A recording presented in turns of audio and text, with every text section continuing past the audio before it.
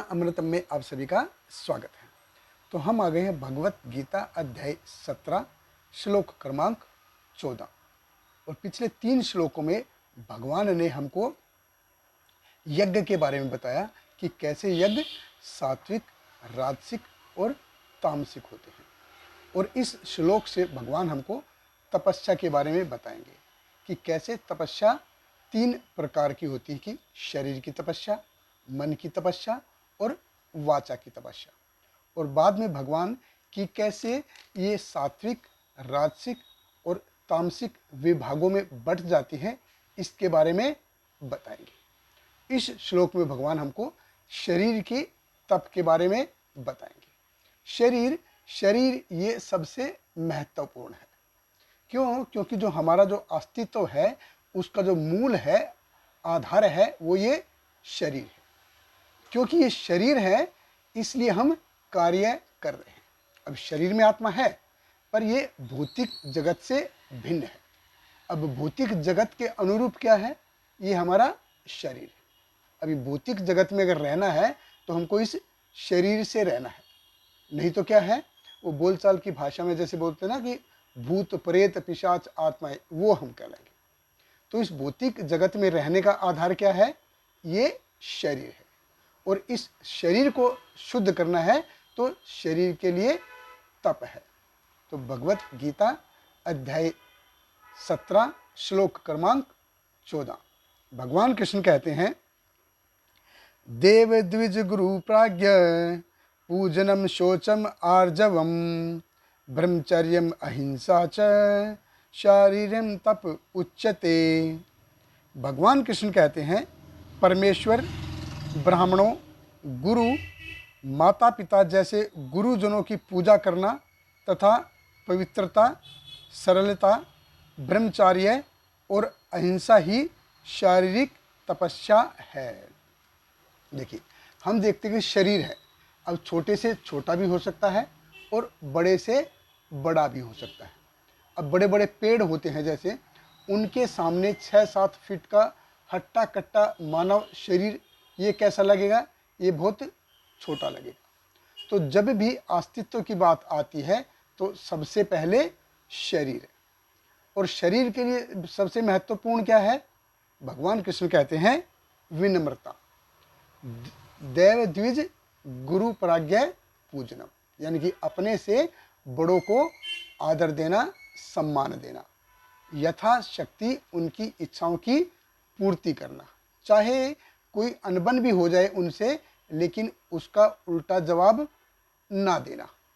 ये है मतलब ये है शरीर की तपस्या।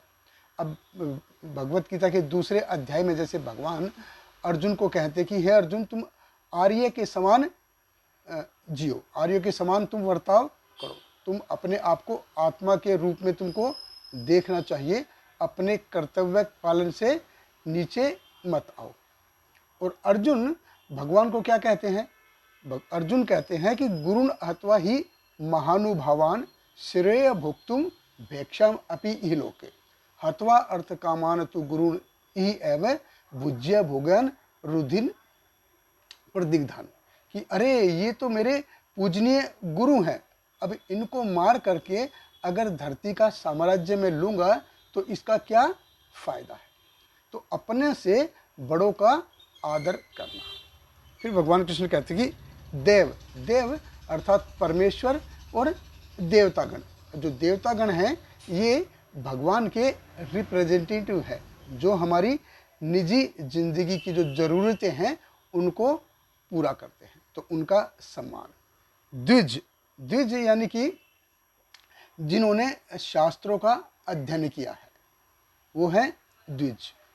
गुरु जिसने हमको इस भौतिक जगत से पार करने का बीड़ा उठाया है, वो है गुरु। और प्राज्ञ, जो हमसे ज़्यादा बुद्धिमान है। तो इस 4 प्रकार के जो व्यक्ति हैं ये पूजनीय हैं।